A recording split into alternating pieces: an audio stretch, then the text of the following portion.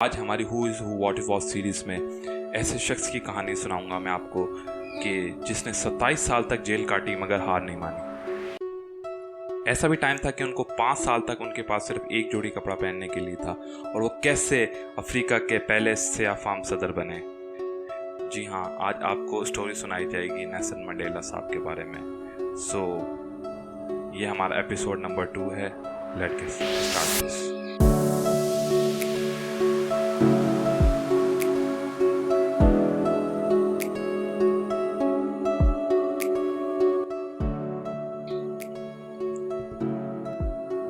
Nelson Mandela 18 जुलाई 1988 में पैदा हुए। इनके जो फादर इनका रियल नेम मंडेला नहीं था। इनका असल नाम था रूली लाला, जो कि इनके फादर ने इनको दिया था। रूली लाला का मतलब होता है कि ट्रबल मेकर। इनका जो ग्रेट फादर थे वो ताम्बू विलेज जो ट्राइबल एरिया था उनके किंग थे। मतलब इनका ताल्लुक एक रॉयल फैमिली में से भी था। इनका स्टार्टिंग एजुकेशन इस तरह हुई कि इनको लड़ने की जो ताकत थी, दूसरों से बात करने की, ये जो हक के लिए खड़े होने के लिए और मजलूमों के साथ खड़ा होने के लिए इनके फादर से मिली थी। ट्राइबल एरिया के चीफ होने के तहत इनके फादर को मुश्किलात का सामना होता था जब इनको सेफ फार्म लोगों को डराया जाता था, धमकाया जाता था। तो एक ज़मीन के तनाज़े के ऊपर इनके फादर के साथ भी इसी तरह हुआ और वो उसके लिए हक के लिए खड़े हो गए। इन्होंने अर्ली एजुकेशन यहीं से हासिल की। फिर बाद में इनको बीए की डिग्री के लिए एडमिशन के लिए दूसरे शहर जाना था। अब हुआ क्या कि इनके फादर को लंग्स का कैंसर हो गया। इसकी वजह से वो इंतकाल कर गए। तो ये अपने फादर के एक दोस्त के पास रहने लगे। नेल्सन मंडेला भी कहते हैं कि इनको जितनी मदद इनके फादर के दोस्त ने की उससे ज़्यादा दुनिया में इनको कोई काम नहीं आया। अब जब इनके फादर के दोस्त के पास रहने गए, उन्होंने अपने बच्चे की तरह इन्हें पाला।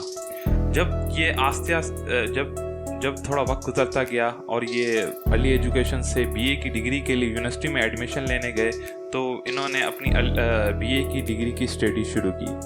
मगर हुआ कुछ इस तरह के इनकी असल में बीए की डिग्री अभी थोड़े टाइम ही गुजरा था बीए की डिग्री में। तो हुआ क्या कि वर्ल्ड वॉर 2 स्टार्ट हो गई। उसकी वजह से हालात काफ़ी तंग से तंग तर होते गए। मगर नेल्सन मंडेला ने जब ये देखा कि कुछ लोग फूड ना अच्छा होने की वजह से यूनिवर्सिटी में बात करें, तो इन्होंने उसके ऊपर मुजाहरा किया अपने दोस्तों के साथ मिलकर। उस बायकॉट की वजह से नेल्सन मंडेला को यूनिवर्सिटी से निकाल दिया गया। अब ना तो बीए की डिग्री ले सकते थे और ना ही कुछ कर सकते थे। इस करके इन्होंने फैसला किया कि ये दोबारा अपने वालिद साहब के दोस्त के पास चले जाएं।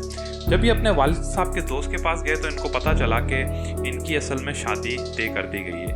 मगर ये उस टाइम पर शादी नहीं करना चाहते थे। तो नेल्सन मंडेला ने वहाँ से जाने का इरादा किया और ये वहाँ से होते हुए जोहान्सबर्ग आ गए। अब यहाँ पर इनके पास ना कुछ खाने के लिए था, तो इनको अर्ली एजेस में जो जॉब करनी पड़ी वो थी वॉचमैन की। वॉचमैन के बाद इनके पास एक दोस्त था, उन्होंने इनको क्लर्क के तौर पर लॉ मेकर एक फर्म में जॉब दिलवाई। नेल्सन मंडेला कहते हैं कि इनके हालात ऐसे थे कि ये एक जोड़ी कपड़े में पाँच साल तक गुजारे। मगर इनके हालात तब्दील जब होना शुरू हुए जब इन्होंने ज्वाइन की अफ्रीकन नेशनल कांग्रेस।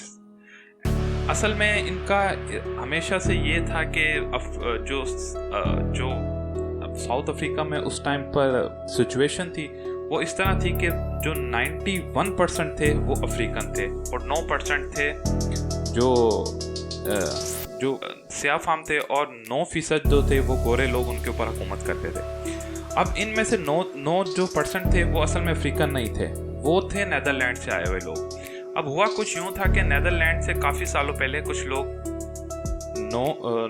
यहाँ पर अफ्रीका में आए। अब हुआ कुछ यूँ कि 1931 में जब बरतानिया ने साउथ अफ्रीका को आज़ाद करार दे दिया तो यहाँ पर हुकूमत शुरू कर दी गोरों ने। अब गोरे मानते थे कि ये अफ्रीकन गुलाम हैं और इनके जो मज़हब वाले थे वो भी कहते थे कि हम अल्लाह ताला ने इनको कमतर बनाया है, ये इनको सज़ा मिली हुई है, इस तरह कहते थे। तो इनको के ऊपर जुल्म किए जाते थे, इनको नौकरों की तरह रखा जाता था। तो इन सारे हालात को नेल्सन मंडेला देख रहा था। तो जब अफ्रीकन नेशनल कांग्रेस ने इसके ऊपर काम करना शुरू किया तो हुआ कुछ यूँ कि ये जब लॉ मेकर की डिग्री के लिए यूनिवर्सिटी में था तो बसों के किराए बढ़ गए। अब बसों के किराए बढ़ने की वजह से नेल्सन मंडेला ने और उसके दोस्तों ने एहतजाज किया और काफ़ी दिन तक बसें नहीं चली। बसें ना चलने की वजह से जो हुकूमत थी, गवर्नमेंट थी, उसको किराए कम करने दिए और किराए कम करने पड़े और उसकी वजह से अफ्रीकन्स की जीत हुई। अब नेल्सन मंडेला ये कहते हैं कि उनको यूनिवर्सिटीज़ में भी इस नस्ल परस्ती का सामना था।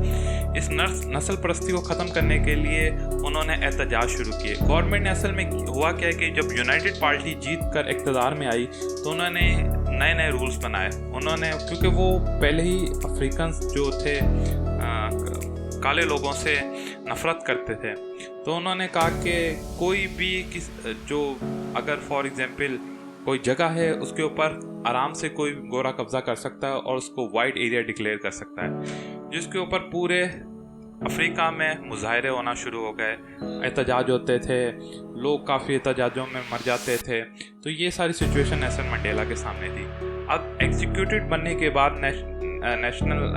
अफ्रीकन नेशनल कांग्रेस का पार्टी ने ये डिसाइड किया कि सिर्फ हम मुजाहरों से कुछ नहीं हासिल कर सकते।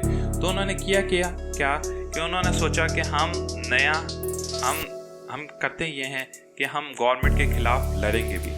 तो 29-31 की टाइम में बहुत सारे बम धमाके हुए, जिसका इल्ज़ाम नेल्सन मंडेला के ऊपर आ गया। अब नेल्सन मंडेला ने जब ये देखा कि उनके ऊपर ये इल्ज़ाम लगाया जा रहा है और उनको गिरफ्तार कर लिया जाएगा, तो उन्होंने फैसला किया कि वो मुल्क छोड़ देंगे और उन्होंने नाम तब्दील करके मुल्क छोड़ने में कामयाब हो गए। अब हुआ क्या कि वो यहाँ से गए जर्मनी से मदद लेने के लिए वो गए यूके में, लंदन में उनको गिरफ्तार कर लिया गया। कहते हैं कि इसमें CIA का हाथ था, मगर इसके ऊपर नेल्सन मंडेला भी डिनाई करते हैं।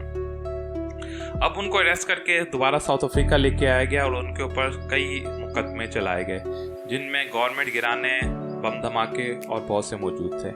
इनको उनके दोस्तों को 15 साल की कैद हुई हुकूमत गिराने और कुल मिलाकर उनको उम्र कैद की सज़ा सुना दी गई बम धमाकों के ऊपर।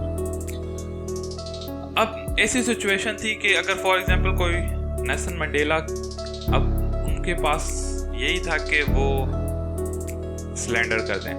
उनको अदालत में लाया गया, पिंजरे में कैद करके उनको कहा गया कि उस टाइम पर सब अदालत में रो रहे थे। तो नेल्सन मंडेला ने कहा कि ना मैं इस अदालत को मानता हूँ, ना ही इस हुकूमत को मानता हूँ। मुझे पता है कि मेरे हक में फैसला नहीं किया जाएगा, क्योंकि ये नस्ल परस्ती यहाँ से ख़त्म नहीं की जा सकती। उन्होंने कहा कि ना मैं अदालत को मानता हूँ और ना ही यहाँ के कानून को मानता हूँ, ना ही इसी गवर्नमेंट को मानता हूँ। उसके बाद उनको रॉबिन आइलैंड की जेल में भेज दिया गया। 27 साल तक उन्हें जेल में रखा गया। ऐसी जेलों में रखा गया जहाँ ना वॉशरूम और जेल में ही था। उनको खाने के लिए भी बहुत मुश्किलात का सामना था कि उनको बस्तर खाने, क्योंकि गवर्नमेंट चाहती थी कि इनको किसी तरह ख़त्म किया जाए, मगर नेल्सन मंडेला ने हार नहीं मानी। ऐसा टाइम आया कि कॉमनवेल्थ जो थी उनका दबाव बढ़ता जा रहा था साउथ अफ्रीकन गवर्नमेंट के ऊपर। तो साउथ अफ्रीकन गवर्नमेंट ने ऐसा सुलह करने के लिए नेल्सन मंडेला को बुलाया गया।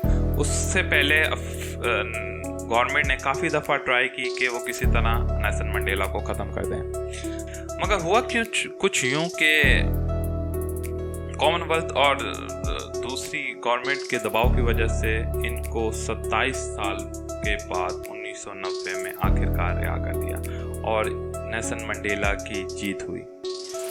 अब इसका जश्न पूरे साउथ अफ्रीका में मनाया गया। उसके बाद 93 के इलेक्शन हुए और उसमें नेल्सन मंडेला ने पूरे अफ्रीका में उनकी पार्टी की जीत हुई और वो अफ्रीका के पहले प्रेसिडेंट बने। ये थी आज की स्टोरी नेल्सन मंडेला के बारे में। अगर आपको अच्छी लगी है और भी स्टोरीज आने वाले एपिसोड में हम आपको और भी लोगों की हिस्ट्री के बारे में बताएंगे।